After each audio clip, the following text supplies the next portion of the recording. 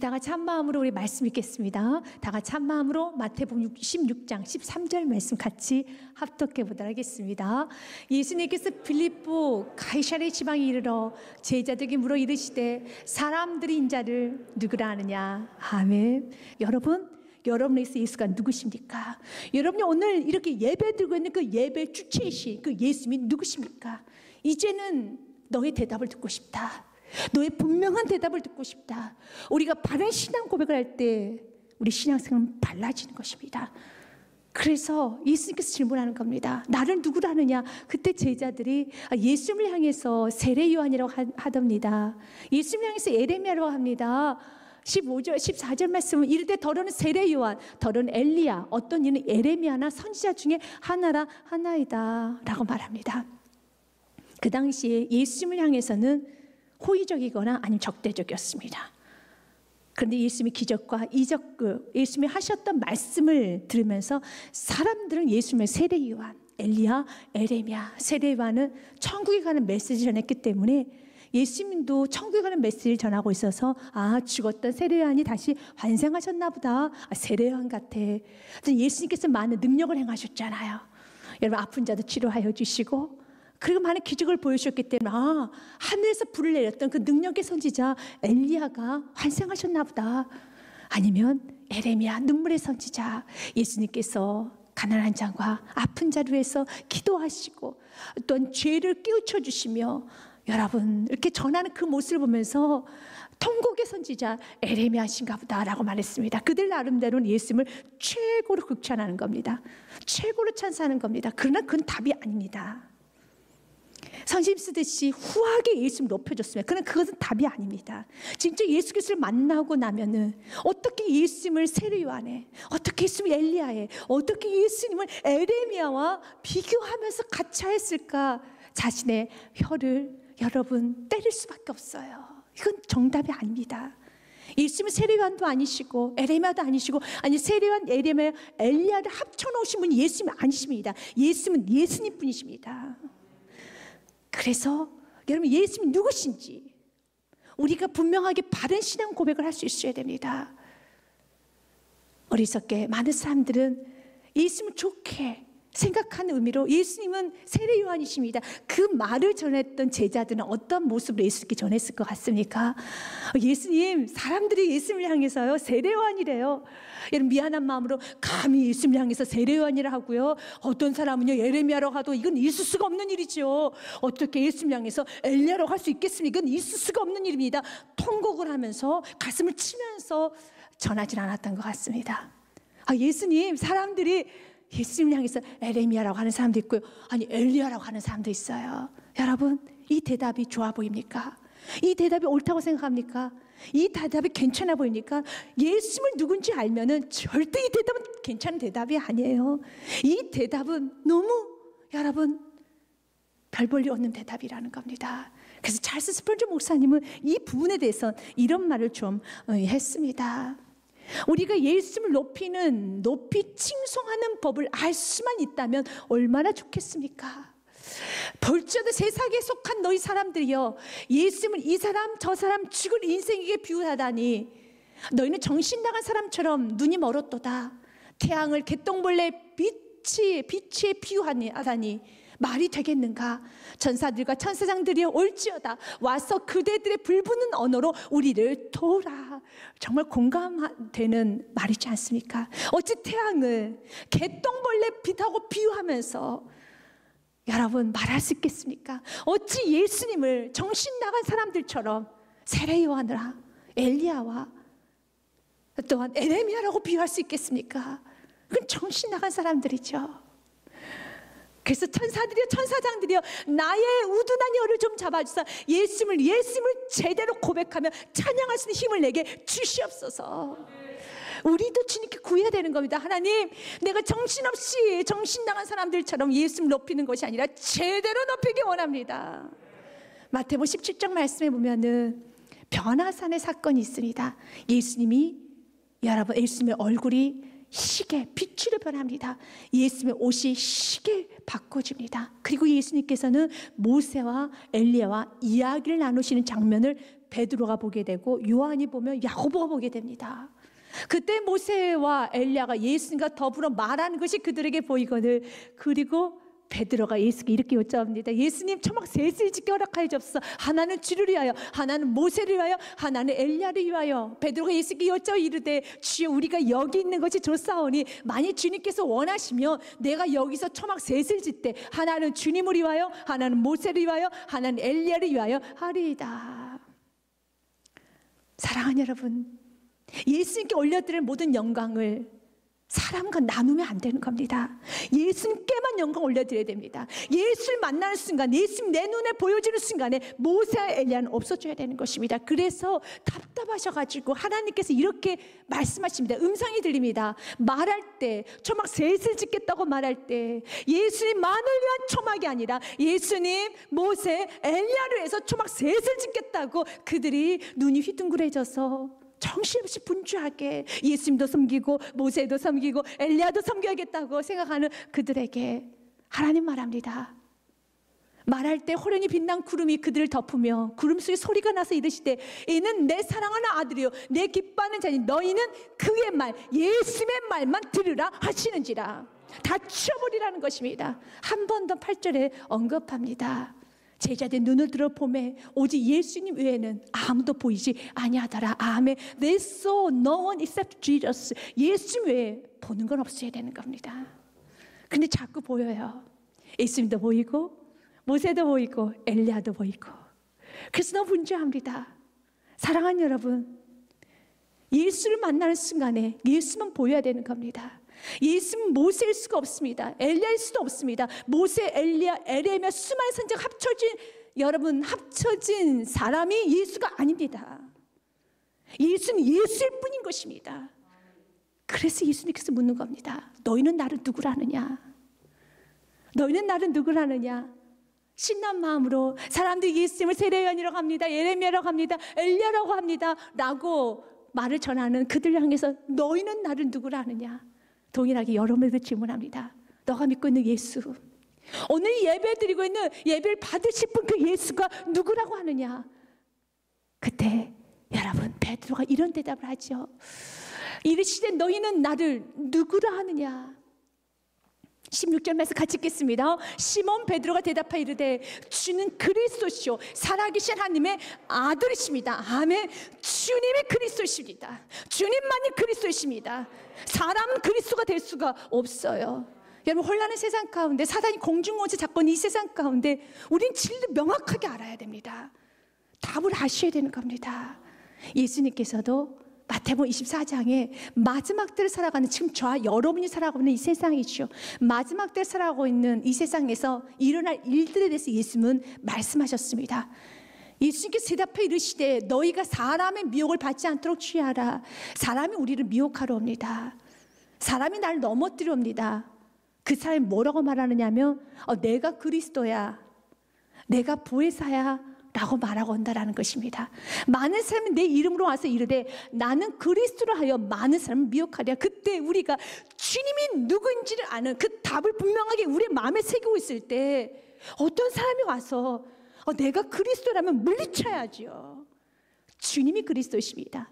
근데 어떤 사람이 와서 미혹하기를 나는 그리스도라, 나는 보혜사라, 나는 예수라 하면서 많은 사람 미혹을 하는데 또 그 사람이 기적과 표적도 행한다는 겁니다. 병도 고치고 신비적인 일을 행하면서 온다는 것입니다.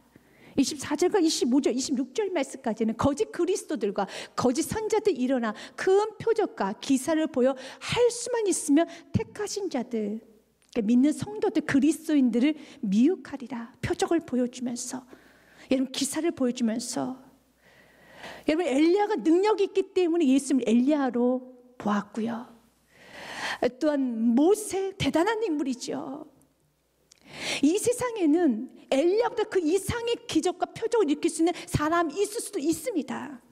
그러나 사람은 그리스도가 될 수가 없습니다. 주님께서 오늘 우리에게 말하는 겁니다. 너희들 엘리야가 크게 보이냐? 아니, 앞으로 너희들 세상에 살아가는 동안 엘리야보다 더 큰 능력의 삶을 올 것이다. 그러면 그가 그리스도느냐? 아니에요. 예수께서 어떤 기적도 보이지 않는다 할지라도, 그냥 예수님께 십자가에서 그냥 머물러 계신다 할지라도 그분이 그리스도는 오직 예수밖에 없다는 것입니다. 기적과 표적이 있다 해서 모세가 큰 인물이지요. 모세는 대단한 인물이에요. 엘리야는 대단한 능력의 선지자입니다. 그냥 그는 그리스도가 될 수가 없어요. 표적과 기사가 행한다고 해서 그리스도가 되는 것이 아닙니다. 그리스도는 오직 예수밖에 될 수 없습니다. 그들은 할 수만 있으면 택하신 자들을 미혹하러 올 것입니다. 표적과 기사를 행하면서. 그리고 딴 그들은 말하기를 이곳에 구원이 있다 하면서 가정을 떠나게 할 것이고 일자리를 떠나게 할 것이라는 겁니다. 그래서 보라, 내가 너희에게 미리 말하였노라. 그러면 사람들이 너에게 말하되, 보라, 그리스도가 광야에 있다 해도 나가지 말고, 보라, 골방에 있다 해도 믿지 말아라. 여러분, 예수님은 어떻게 만나셨습니까? 우리가 예수를 먼저 찾아가고 예뻤습니까? 아니죠. 어느 날 예수님이 나를 찾아오셔서 나에게 말씀을 다가오셨고 내 마음의 문을 두들기셨고 내가 예수님을 믿을 수 있도록 예수님께서 내 말을 만지셨습니다. 하늘에 계신 하나님께서 이 땅 인카넷에 내려오신 것처럼 예수를 만나는 사건은 위에서 아래로 오는 겁니다. 우리가 찾아다니는 것이 아니에요. 구원도 마찬가지고요, 마지막 때도 마찬가지입니다. 이것은 중요한 맥 중에 하나입니다. 예수님 나를 찾아오신 것처럼 우리가 구원받기 위해서 구원받을 장소에 가서 폴짝폴짝 뛰고 있는 것이 아니라 예수님이 찾아오시는 거예요. 당신의 자녀들이 당신께서 찾아오시는 것입니다. 마치 처음에 예수님 나를 찾아오셨던 것처럼 예수님 나를 찾아오십니다. 그러니 광야에 있다도 가지 말아라, 골방에 있다도 가지 말아라. 그래서 예수님 우리에게 말씀하셨어요. 또한 그 시와 그때도 너희가 알 수가 없단다. 이것이 36절 말씀에 예수님께서 중요하게 언급하셨던 부분입니다. 그러나 그날과 그때는 아무도 모르나니 하늘의 천사들도 아들도, 여기서 아들은 예수 그리스도 본인 자신을 말합니다. 예수님은 하나님이세요. 그러나 이 땅에서 아들로서 오셨을 때, 예수로서 삶을 사셨을 때는 예수님은 마지막 그 시와 그때에서는 함구하셨습니다. 오직 아버지만 아시느니라. 그렇기 때문에 성경 어느 곳에도 그 시와 그때를 알 수 있는 건 없습니다. 그런데 많은 사람들은 내가 그리스도라고, 자신이 그리스도라고 너희에게 다가올 것이다. 그래서 우리는 분명한 신앙 고백을 해야 돼요. 사도 베드로가 뭐라고 고백합니까? 주님이 그리스도이십니다. 사람은 그리스도가 될 수 없고 주님만이 그리스도. 그리스도는 여러분 히브리어로 메시아입니다. 구약의 선지자들이 여러분 말씀하셨던 그 선지자들이 말씀하셨던 그 메시아, 그것을 헬라어로 그리스도라고 합니다. 당신이 여러분 구약에서 선지자들이 말씀하셨던 그 메시아가 바로 당신이십니다. 그리스도 당신이십니다. 창세기 3장 이후 아담과 하와가 범죄하고 난 이후서부터 성경에서는 곳곳에 기록해 놨어요. 이 땅에 오실 예수 그리스도에 대해서, 구원자신 예수 그리스도에 대해서. 죄를 구원하실 분은 오직 예수 그리스도밖에 없어요. 죄를 구원하실 유일한 구원주는 예수 그리스도밖에 없습니다. 그래서 마태복음 1장 21절 말씀에 주님 이렇게 말씀하십니다. 아들을 낳으리니 이 땅의 구약에서 애어난 그 메시아가 이 땅에 올 것이니 그 아들의 이름을 예수라 하라. 그 뜻이 무엇입니까? 같이 읽습니다. 아들을 낳으리니 그 이름을 예수라 하라. 이는 그가 자기 백성을 그들의 죄에서 구원할 자신임이라 하니라. 아멘. 예수라 하라. 예수의 뜻이 무엇입니까? 자기 백성을 그들의 죄에서 구원할 자, 구원자 예수 그리스도라는 겁니다. 예수님은 구원자이십니다. 주님은 구원자이십니다. 주님만이 그리스도이십니다. 수많은 능력의 삶이 온다 할지라도, 모세 같은 님이 또 나타나 할지라도 모세는 그리스도가 될 수 없고 오직 예수님만이 그리스도가 될 수 있습니다. 우리 죄를 해결해 주실 분은 예수님밖에 없어요. 그래서 여러분들이 주님을 바라보셔야 돼요. 죄를 바라본다고 해결되는 것은 아닙니다. 죄를 묵상하다 해결될 수 있는 건 아닙니다. 예수를 바라보셔야 되는 겁니다. 모세를 바라본다고 내가 구원받습니까? 아니죠. 모세는 율법의 상징이죠. 그 모세가 했던 일은 모세뿐만 아니라 에레미야가, 세례 요한이, 또한 엘리야, 수많은 선지자들이 했던 일은 동일한 한 가지입니다. 모세를 비롯하여서요, 인간이 죄인임을, 인간이 무능한 존재임을, 인간 아무것도 소망할 수 없는 존재인 것을 그대로 드러내 주었습니다. 그리고 누구를 소망하게 만들어 줬습니까? 모세나 엘리야나 에레미야나 이사야나 세례요한이나 수많은 선지자들이 인간은 죄인입니다, 인간은 무능력합니다, 인간은 아무것도 할 수 없는 존재입니다를 그대로 드러나면서 누구를 소망하겠습니까? 예수 그리스도. 예수 그리스도를 바라볼 수 있도록 그들은 통로가 되었어요. 모세는 우리를 구원할 수 없어요.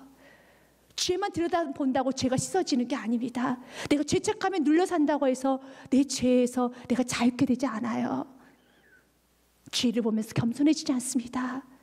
죄를 본다고 해서 여러분 내가 깨끗해지고 내 삶이 겸손해지는 것이 아니라 죄를 지고 가신 예수 그리스도를 바라보면은 내 삶에 변화가 일어나요. 죄를 지시고 피를 흘리신 그 예수 그리스도를 바라보기 시작하면 내 삶에 변화가 일어납니다. 죄를 볼 것이 아니라 내 죄를 지고 죽으신 예수 그리스도, 내 죄 때문에 흘리신 그 보혈의 피를 마셔야지만 또한 내 죄를 위해서 십자가에서 죽으신 예수 그리스도를 쳐다보기 시작할 때, 그 주님을 보기 시작할 때 내 마음 가운데는 이런 마음이 생깁니다. 주님, 너무 죄송합니다. 주님이 이렇게 나를 사랑하시는군요.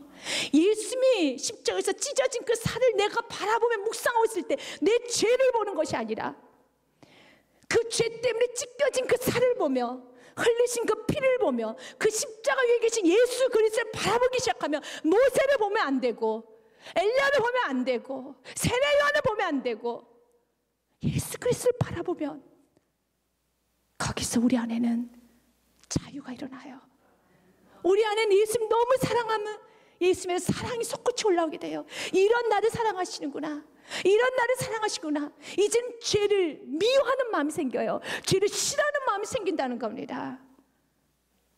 그러면서 이젠 죄가 좋은 게 아니라 나를 위해서 죽으신 예수 그리스도 십자가, 예수 그리스도 사랑하게 되는 것입니다. 그럼 예수님께서 십자가에서 죽음으로 끝났습니까? 아니죠.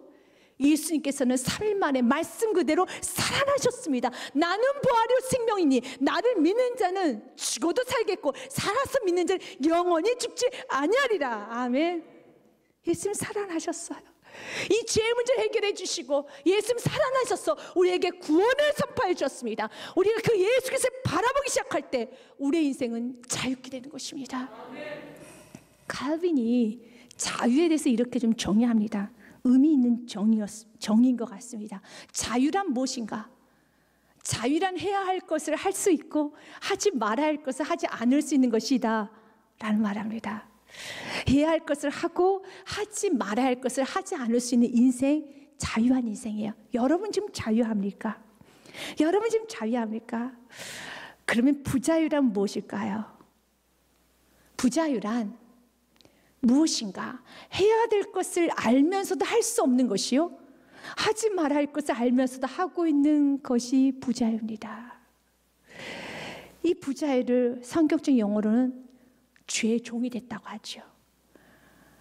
해야 될 걸 알아요. 압니다. 그래도 할 수 없어요. 또 하지 말아야 되는 걸 알면서도 하고 있어요. 그게 부자유고 죄의 종이 된 거예요. 인간이 모르는 게 아닙니다. 이거 내가 해야 되는데, 이것도 하지 말아야 되는데, 알면서도 하고 하지 말아야 되는 것을 알면서도 하고 있는 내 자신, 죄 종이 되어버렸어요. 이것은 인간의 힘으로 끊어낼 수가 없습니다. 진리가 너희를 자유케 하리니, 진리만이 자유케 할 수 있습니다. 이걸 끊어낼 수 있는 것은 예수 그리스도를 보셔야 돼요. 예수 그리스도를 바라보면서 예수님 나 같은 부자유한 인생, 알면서 어찌할 수 없는 그 인생 가운데 주님, 이 모든 걸 해결할 수 있는 분은 그리스도 당신밖에 없습니다. 그런 사람은 죽을 힘을 다해서 자신 부자유한 인생이라는 걸 안다라면, 자신 부자유한 인생이고 이렇게 연약하고 무능한 인생을 안다라면 죽을 힘을 다해서 예수 그리스도를 찾아요. 여러분 예수께 예배합니다. 그분의 말씀만 듣습니다. 오직 에레미야, 엘리야나 모세가 보이는 것이 아니라 예수님 나를 살려주시옵소서, 예수님 나를 도와주시옵소서. 내 인생은 부자유한 인생입니다. 내 가정은 부자유한 가정입니다. 예수님 도와주세요. 예수님께 나아가게 됩니다. 예수님을 찾게 됩니다. 지금 사람들은 예수님 향해서 세례요한이라고, 에레미야라고, 엘리야라고, 또한 베드로는 말하기를 모세를 위해서도 엘리야를 위해서도 그리고 물론 예수님을 위해서도요. 다 틀린 답입니다. 예수님 말만 들어라. 예수님만 바라보아라. 주님만이 그리스도가 될 수 있습니다. 주님만이 구원자이십니다. 이 모든 질척거리는 내 삶을 해결할 수 있고 죄 문제를 해결할 수 있고 모든 문제를 해결할 수 있는 유일한 분은 예수 그리스도밖에 없습니다. 그래서 여러분 베드로는 주님이 그리스도라고 고백할 때 우리 예수님은 너무너무 기뻐하셨어요. 또한 주님은 그리스도일 뿐만 아니라 그가 이런 고백을 합니다. 주님은 그리스도시고요, 또한 살아계신 하나님의 아들이십니다 라는 고백을 합니다. 살아계신 하나님의 아들이시라는 것, 스스로 영원토록 지존하신 하나님의 아들이십니다. 영원토록 지존하신, 과거에 끝난 예수가 아니라, 성경에 기록돼서 맞춰진 예수가 아니라 그 예수님 오늘도 살아 역사하시고 앞으로도 살아 역사하시는 그 예수님 살아 역사하십니다. 예수님의 무덤 앞에서 울고 있는 마리아, 여러분 그는 예수님이 죽은 줄 알고 그러나 너무 사랑해서 예수님 몸에 향품을 발라드리기 위해서 여러분 무덤에 찾아갔어요. 그런데 예수님의 시신이 없어졌습니다. 펑펑 웁니다. 당연하죠. 예수님의 시신이 있지 않죠. 예수님은 살아나셨기 때문에. 펑펑 울고 있는 그 마리아를 향해서 마태복음 28장에 그 여인에게 이렇게 말하죠. 그가 여기 계시지 않고 그가 말씀하시던 대로 살아나셨느니라. 와서 그가 누우셨던 것을 보라. 아멘. 말씀하셨던 대로 살아나셨느니라. 그 말씀 오늘도 역사하여 이루십니다. 살아 역사하신 하나님의 아들이십니다. 과거로 끝난 예수가 아니라, 성경 기록만 되어 있는 예수님이 아니라, 예수님은 여러분의 삶 가운데 오늘도 역사하시고 오늘도 일하여 주시고, 그 예수님의 말씀은 오늘도 1.1획도 여러분 변하지 않고 오늘도 그 역사가 일어납니다. 우리가 뭘 고백합니까? 주님은 그리스도, 주님은 구원자이시고요, 그 주님은 지금도 살아 역사하십니다. 그래서 예수님의 또 다른 이름이 무엇인지 아십니까? 임마누엘이에요. 1장 23절 말씀에 보면, 마태복음 1장 23절 말씀에 보면, 보라 처녀가 잉타하여 아들을 낳을 것이요 그의 이름을 임마누엘 하리라 했으니, 이를 번역하자 하나님 우리와 함께 계시도다. 아멘. 여러분, 하나님 우리와 함께 계시다. 임마누엘, 하나님 우리와 함께 계십니다. God is with us, 우리 함께 하십니다. 어떤 God is for us, 우리를 위해 계십니다. God is in us, 우리 안에 계십니다. 하나님 우리와 함께 하시는데 그 하나님은 살아 역사하셔요. 불꽃과 눈동자 살아 역사하셔서 내 작으심도 들으시고 내 삶을 운행하여 주시고 내 삶의 모든 것을 다 지키시고 보호하시고 인도하여 주십니다. 또 내가 내게 이르노니 너는 베드로라. 내가 이 반석 위에 내 교회를 세우리니 음부의 권세가 이기지 못하리라. 교회가 무엇입니까? 예수님을 주로 고백한 여러분 믿음의 공동체죠. 그 공동체, 그 교회는 음부의 권세, 어떤 강력한 음부의 권세도 제대로 예수님, 주님만이 그리스도시고 주님만이 살아계신 하나님의 아들이십니다 고백하는 그 교회가 모인, 그 성도가 모인 교회는 음부의 권세가 이기지 못하리라. 예수님만이 그리스도라고 고백하며 그 예수님 오늘도 살아 역사하십니다 고백하는 그 성도가 있는 그 가정은 음부의 권세가 이기지 못하리라. 그 인생은 음부의 권세가 이기지 못하리라. 음부의 권세가 이기지 못해요. 주님을 그리스도라고 고백하는 그 성도가 모여있는 교회, 그 성도가 있는 가정, 그 여러분 사업장 일터에는 음부의 권세, 어떤 강력한 권세도 능히 이길 수가 없어요. 우리 주님께서는 또한 음부의 권세 이기지 못하리라. 그리고 또 이렇게 말합니다. 예수께서 너에게 천국의 열쇠를 주시겠다고 말합니다. 천국의 문은 어떻게 열립니까? 예수 그리스도가 아니고선 천국의 문이 열리지를 못해요. 근데 그 키를 우리에게 주시겠다는 겁니다. 최고의 복이죠. 내가 천국 열쇠를 내게 주리니 내가 땅에서 무엇이든지 매면 하늘에서도 매일 것이요 내가 땅에서 무엇이든지 풀면 하늘에서도 풀리리라. 예수님 우리에게 열쇠를 주셨어요. 그래서 너가 천국의 문을 열 수 있고 닫을 수 있다는 겁니다. 주 예수를 믿으라. 그리하면 너와 내 집이 구원을 얻으리라고 돼 있죠. 여러분, 내가 예수를 믿기 시작하면 이미 예수님께서 나에게 무엇을, 천국의 열쇠까지 나에게 주셨어요. 그 누구에게도 주지 않았던 그 천국의 열쇠를, 그 예수 그리스도, 주가 그리스도라는 그 진리를, 주가 그리스도라는 그 진리를, 그 열쇠를 내 입에 줘서, 여러분 이건 은혜죠. 주가 그리스도라는 걸 내가 아는 것도 은혜고, 여러분 나에게 주가 그리스도라고 선포할 수 있는 것도 은혜고, 나를 통해서 주가 그리스도 선포가 되어질 때 주님 약속하셨어요. 너와 내 집의 구원을 얻으리라. 이 축복이 우리의 인생 가운데 넘쳐나기 원합니다.